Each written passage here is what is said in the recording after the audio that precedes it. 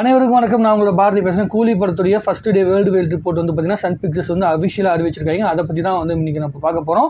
முதல் நாள் வந்து 151 கோடி ரூபாய் வந்து பார்த்தீங்கன்னா இந்த படம் கடந்திருக்கு. தமிழ் சினிமா வரலாற்றிலேயே ஒரே நாளில் வந்து 150 கோடியை கடக்கிற முதல் திரைப்படமாக கூலி திரைப்படம் வந்து இருக்குது. அதாவது ப்ராக்சி புக்கிங் இல்லாமல் அது எப்படி அதே மாதிரி வந்து ட்ராக்கர்ஸ் சொன்னதை விட வந்து ரொம்ப ஜாஸ்தியான கணக்கெல்லாம் போடாத ஒரு படம்னா அது கூலி திரைப்படம் தான். இதில் இன்னொரு விஷயம் என்னென்னா, மிக முக்கியமான நிறைய ரெஸ்ட்ரிக்ஷன்ஸ்லாம் இந்த படத்துக்கு இருந்துச்சு. ஐமேக்ஸ் ஸ்க்ரீன் வந்து பார்த்தீங்கன்னா முதல்ல வந்து லாக் பண்ணிட்டாங்க. அதுக்கப்புறம் நிறைய பிவிஆரில் வந்து பார்த்தீங்கன்னா நிறைய வந்து ஷோஸ் வந்து நிறைய பிளாக் பண்ணிட்டாங்க. முன்னாடியே வந்து வார் 2 திரைப்படம் வந்து கிளாஸில் வந்ததுனால அங்கே ஷோஸ்லாம் வந்து பிளாக் செய்யப்பட்டுச்சு. அப்படிலாம் நிறைய இருந்தது. அதே மாதிரி ஏ சர்டிஃபிகேட்டோட படம் வந்து ரிலீஸ் ஆகுது அப்படிங்கிறனால 18 வயசுக்கு உட்பட்டவங்க வந்து பார்த்தீங்கன்னா படத்துக்கு வர முடியாத ஒரு சூழ்நிலை வந்து உருவாயிருந்தது. இது மாதிரி எல்லா விஷயங்களையும் தாண்டி இந்த திரைப்படம் வந்து பார்த்தீங்கன்னா 151 கோடி ரூபாய் வந்து கிடக்குது அப்படின்னா அது சாதாரணமான விஷயம் கிடையாது. அது அந்தளவுக்கு மக்கள்கிட்ட அந்த எதிர்பார்ப்பை வந்து கூலி திரைப்படம் பெற்றிருக்கு அப்படிங்கிறது தான் பயங்கரமான விஷயம். அதே மாதிரி தமிழ் சினிமாவுக்கு ரொம்ப ஆரோக்கியமான விஷயம் அப்படின்னு நான் கருதுறேன். எனக்கு தெரிஞ்ச வரைக்கும் இந்திய சினிமா வரலாற்றில் உலக சினிமா வரலாற்றிலேயே 50 வருஷம் ஒரு மனுஷன் வந்து சினிமா ஃபீல்டில் வந்து சஸ்டெயின் பண்ணி நிற்கிறது அப்படிங்கிறது சாதாரணமான விஷயம் கிடையாது. சக காலத்து நடிகர்கள் கூட பாக்ஸ் ஆஃபீஸில் வந்து பார்த்திங்கன்னா காம்படிட் பண்ணுற அளவுக்கு வந்து அந்த ஃபேம் இருக்கிறது அப்படிங்கிறது ரொம்ப சாதாரணமான விஷயம் கிடையாது. 75 வயசில் ஹீரோவாக நடிக்கணும், அது மெயின் ஹீரோவாக நடிக்கணும். ஒரு இந்தியாவுக்குள்ளே இருக்க அத்தனை சூப்பர் ஸ்டார்ஸுமே அவரு கூட நடிக்கணும் அப்படின்னு ஆசைப்பட்டு வந்து ஸ்க்ரீன் ஸ்பேஸ் வந்து ஷேர் பண்ணணும்னு சொல்லி ஆசைப்பட்டு உள்ளே வந்திருக்காங்கன்னா அது வந்து ரஜினி சார் தன்னுடைய தொழில் மேலே வைத்திருக்கிற பக்தி, அந்த தொழில் மேலே வைத்திருக்கிற அந்த அன்பு தான் அது அத்தனை பேரையும் ஒன்று தரத்துக்கு உண்டான காரணம் அப்படின்னு நான் கருதுகிறேன். அது வந்து யாருமே வந்து பார்த்திங்கன்னா மறுக்க முடியாது. அப்படி மறுக்கிறவங்களுக்கு சினிமா தெரியலன்னு சொல்லிட்டு போயிட்டே இருக்கலாம். அவங்ககிட்ட உட்காந்து ஆர்கியூ பண்ணிட்டு இருக்கலாம், அர்த்தமே கிடையாது. இதில் வந்து நிறைய பேர் சொல்லிட்டு இருந்தாங்க, நேற்று ஃபுல்லாக 130 கோடி 120 கோடி தான் வரும், அப்படி தான் வந்து அஃபிஷியல் ரிப்போர்ட் வரும் அப்படின்னு சொல்லிட்டு இருந்தாங்க. இதில் என்ன பியூட்டினா, இவங்க கம்பேர் பண்ணி ஒரு குரூப் வந்து பார்த்தீங்கன்னா சொல்லியிருந்தாங்க, லியோ திரைப்படம் வந்து 148.5 கோடி ரூபாய் வந்து கலெக்ஷன் வந்துச்சு. அது தனி ரிலீஸ், யூஏ சர்டிஃபிகேட்டோட படம் வந்துச்சு, எந்த ரெஸ்ட்ரிக்ஷனுமே கிடையாது. அதே மாதிரி வந்து ப்ராக்சி புக்கிங்லாம் சொல்லிட்டு இருந்தாங்க. நான் அதுக்குள்ளே டீட்டெயிலாக போகலை. அது வந்து நீங்களே வந்து பழைய ரிப்போர்ட் எடுத்து பாருங்கள். ட்ராக்கர்ஸ் வந்து பார்த்தீங்கன்னா லியோ திரைப்படம் வந்து வந்தப்போ ஃபஸ்ட் டே ரிப்போர்ட் வந்து எடுக்கும்போது என்ன சொன்னாங்கன்னா 115 120 கோடி தான் வரும் அப்படின்னு சொல்லி வந்து கணக்கு போட்டாங்க. ட்ராக்கர்ஸ் சொன்னதோட 30 கோடி எக்ஸ்ட்ரா வந்து பார்த்தீங்கன்னா ப்ரொடியூசர்ஸ் வந்து ஒரு ஃபோட்டோவில் வந்து ஷேர் பண்ணுறாங்க.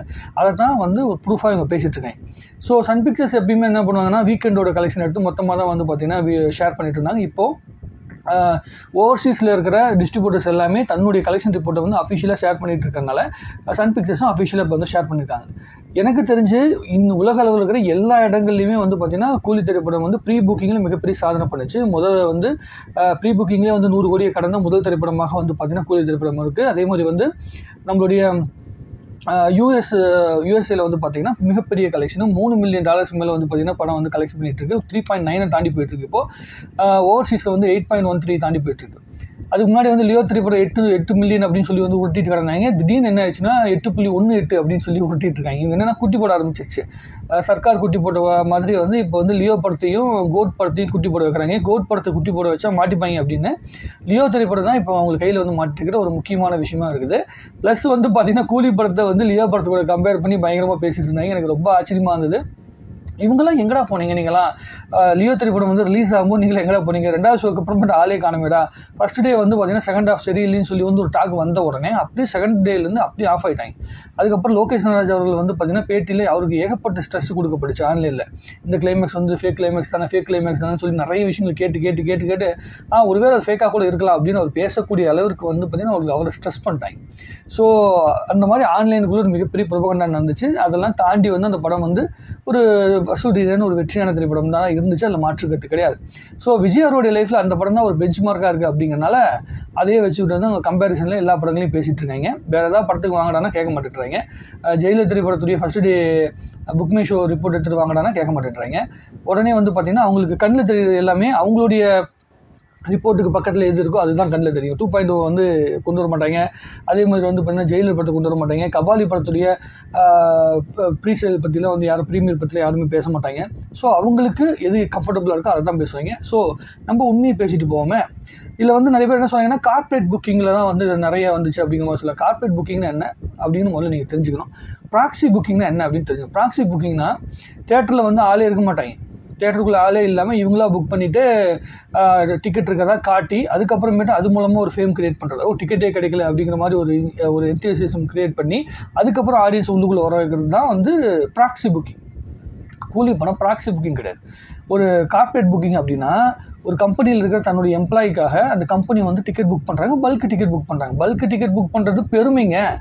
ஒரு படத்துக்கு ஒரு ஷோவில் வந்து 100 டிக்கெட் 200 டிக்கெட் அட் அ டைமில் புக் ஆகிற அளவுக்கு அந்த படத்துடைய எதிர்பார்ப்பு இருக்குது அப்படிங்கிறது தான் பெரிய விஷயம். அது உங்கள் படத்துக்கு நடக்கலை அப்படின்னா அதுக்கு நம்ம என்ன பண்ண முடியும்? ரஜினி சார் படத்துக்கு நடக்குது, லீவெலாம் விட்டு வந்து பார்த்தீங்கன்னா படம் வந்து பார்க்குறாங்க, அது அவங்களுக்கு நடக்குது, அதனால் அவங்க பெருமையாக அதுக்கு பேசிகிட்டு இருக்காங்க. உங்களுக்கு நடக்கலை, அதை நீங்கள் வந்து சிறுமையாக பேசிகிட்டு இருக்கீங்க. எனக்கு அது ஆச்சரியமாக இருக்குது. ப்ராக்ஸி புக்கிங்கும் கார்ப்பரேட் புக்கிங்கும் முதல்ல வந்து ஒரு வித்தியாசத்தை தெரிஞ்சுக்கிட்டு விஜய் அவருடைய ரசிகர்கள் ஆன்லைனுக்குள்ளே இருக்கிற விஜய் அவருடைய ரசிகர்கள் மட்டும் பின்பாயின் பண்ணி நான் சொல்ல விரும்பல, பொதுமையாகவே சொல்லிட்டு போகிறேன். ஆன்லைனுக்குள்ளே இருக்கிற இதை பற்றிய புரிதல் இல்லாதவங்க யாரோ ஒருத்தவங்க வந்து சொன்னாங்கன்னா அதுக்கு வந்து விளக்கத்தை போய் நீங்கள் கூகுளில் போட்டு செக் பண்ணி பார்த்துக்குங்க. அதுக்கப்புறம் உங்களுக்கு சில புரிதல்கள் வரும்னு நினைக்கிறேன். இன்னும் வந்து சின்ன குழந்தைத்தனமாக நடந்துக்கிட்டே இருந்தாங்கன்னா நல்லா இருக்காது. தமிழ் சினிமா எல்லா இடங்களையுமே அந்த நம்மளுடைய ரஜினி சார் வந்து பார்த்திங்கன்னா ஜெயிலர் ஆடியோ லான்ச்சில் சொன்ன மாதிரி தான் எல்லா படங்களும் ஓடணும். அப்போ எல்லா படங்களும் ஓடணும்னா அந்த படங்களை வந்து ரசிக்கிற தன்மை இருக்கணும். அந்த படத்தை வந்து பார்த்திங்கன்னா மக்களுக்கு கொண்டு போய் சேர்த்துக்கிட்ட தன்மை இருக்கணும். இப்போ கூலி திரைப்படம் வந்து லோகேஷ் கனகராஜ் அவருடைய படங்களை விட ரொம்ப போன படங்களை விட ரொம்ப நல்லா இருக்குது அப்படிங்கிற விஷயம், செகண்ட் ஹாஃப் ரொம்ப நல்லா இருக்குங்கிற டாக்கு, கிளைமேக்ஸில் வருகின்ற அந்த டிஏஜிங் லுக், இது எல்லாமே வந்து இந்த மாதிரி எந்த ஒரு விஷயமும் லியோ படத்தில் கிடையாது. லியோ படத்தில் எதுவுமே கிடையாது. செகண்ட் ஹாஃபில் அந்த மூட நம்பிக்கைங்கிற ஒரு விஷயத்தை தாண்டி கிளைமேக்ஸில் ஒரு சண்டை நடக்குது. அந்த சண்டை எதுக்கு நடக்குதுன்னே தெரியல. வில்லன் அர்ஜுன் வந்து எதுக்கு இருக்காரு, இது எதுவுமே தெரியல. இது எல்லாத்தையும் தாண்டி அந்த படத்தையே பிடிச்சி தொங்கிட்டு இருக்காங்க. இதுதான் சாக்குன்னு சொல்லிட்டு கூலி திரைப்படத்துக்கு மேலே ஒரு மிகப்பெரிய ஒரு நெகட்டிவ் அஜெண்டா ஒன்று உருவாச்சு. இது எல்லாத்தையுமே அந்த படத்துடைய கலெக்ஷன் ரிப்போர்ட்டு ஹிந்தியில் வந்து ஃபஸ்ட்டு டே வந்த கலெக்ஷனை விட டே 2ல் வந்து மிகப்பெரிய கலெக்ஷன் ஓடிட்டு இருக்குது. அந்த அளவுக்கு வந்து பார்த்திங்கன்னா படத்துடைய ரெஸ்பான்ஸ் வேறு லெவலில் வந்து போயிட்டுருக்குது. ஸோ இந்த நெகட்டிவ் ப்ரொபகண்டாலாம் நீங்கள் என்னென்னா படம் வந்தோடனே ஆஃப் பண்ணணும் அப்படின்னு ஆசைப்பட்டு நீங்கள் ஆர்வத்தில் வந்து நோண்டிட்டு இருப்பீங்க. இன்னும் 3 நாளைக்கு நோண்டுவாங்க. அதுக்கப்புறமேட்டு எல்லாம் ஸ்கூல் திறந்துடும், எல்லாம் ஸ்கூல் காலேஜ் திறந்ததுக்கப்புறம் எல்லாம் அதுக்கு போயிடுவாங்க. படத்தை பார்க்கறதுக்கு மக்கள் போக ஆரம்பிச்சுடுவாங்க. ஸோ கூலி படத்துடைய வெற்றியை இந்த நெகட்டிவ் ப்ரொபகண்டா அப்படிங்கிற விஷயம் வந்து ஒன்றுமே பண்ணலை அப்படிங்கிறது படத்துடைய கலெக்ஷனை பார்க்கும்போது இன்றைக்கியோட புக்கிங்கை பார்க்கும்போது நமக்கு தெளிவாக தெரியுது. ஸோ ஒரு திரைப்படம் வெற்றி அடையணும்னா அந்த வெற்றி அடையிறதுக்கு மக்களுடைய அந்த வேர்ட் ஆஃப் மவுத்துங்கிற விஷயம் வந்து ரொம்ப முக்கியமான விஷயம். ஆன்லைனுக்குள்ளே இருக்கிற அந்த நெகட்டிவ் ப்ரொபகண்டாலாம் ஒர்க் அவுட் ஆகாது அப்படிங்கிறது கூலி திரைப்படம் மறுபடியும் வந்து அதை உடச்சி ப்ரூவ் பண்ணியிருக்கு அப்படிங்கிறது தான் மறுக்கப்பட முடியாத உண்மை.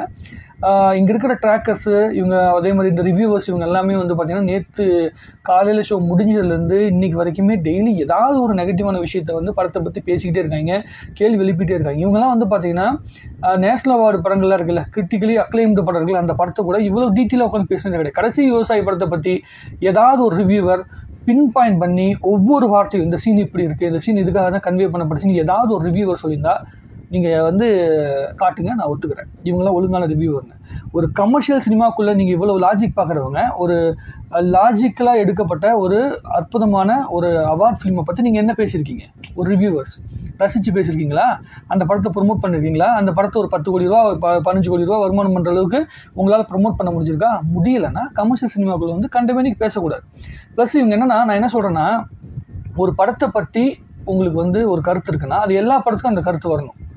ஒரு பெரிய ஹீரோவோட படம் வருது, அந்த படம் வந்து பெரிய ப்ரீ புக்கிங் ஆயிடுச்சு, அதனால வந்து நமக்கு வந்து காசை கொடுத்துட்டாங்க அப்படின்னால கண்டமேனிக்கு பேசிட்டு இருந்தீங்கன்னா மக்களுடைய செல்வாக்கு அப்படிங்கிறது இதை எல்லாத்தையும் விட மிக பெருசு. நீங்கள் கையில் காசு வாங்கிட்டு வந்து நீங்கள் இஷ்டத்துக்கு நெகட்டிவ் பேசுகிற விஷயத்தை தாண்டி மக்களுடைய செல்வாக்கு அப்படிங்கிறது ரொம்ப ரொம்ப பெருசு அப்படிங்கிறது இந்த படத்துடைய வெற்றி வந்து உங்களுக்கு ப்ரூவ் பண்ணியிருக்கு. இந்த கலெக்ஷன் வந்து ப்ரூவ் பண்ணிட்டு இருக்குது. இன்றைக்கி நடக்கிற பிஎம்எஸ் அதாவது புக் மை ஷோவோட புக்கிங் வந்து பார்த்தீங்கன்னா உங்களுக்கு ப்ரூவ் பண்ணியிருக்கு அப்படின்னு நான் சொல்கிறேன். சரி, இன்னும் டீட்டெயிலான ரிப்போர்ட் என்னன்னு சொல்லிட்டு வந்து அஃபிஷியல் ரிப்போர்ட்டை எடுத்து வச்சு நம்ம பேச போகிறோம். நாளைக்கு மறுபடியும் கலெக்ஷன் ரிப்போர்ட்டில் சந்திப்போம். உங்களுக்கு என்ன தோணுங்கிறது தாராளமாக கமெண்ட் எழுதலாம். இன்னும் நிறைய பேசுவோம். வாழ்க தமிழ்நாடு, வளர்க தமிழ் சினிமா.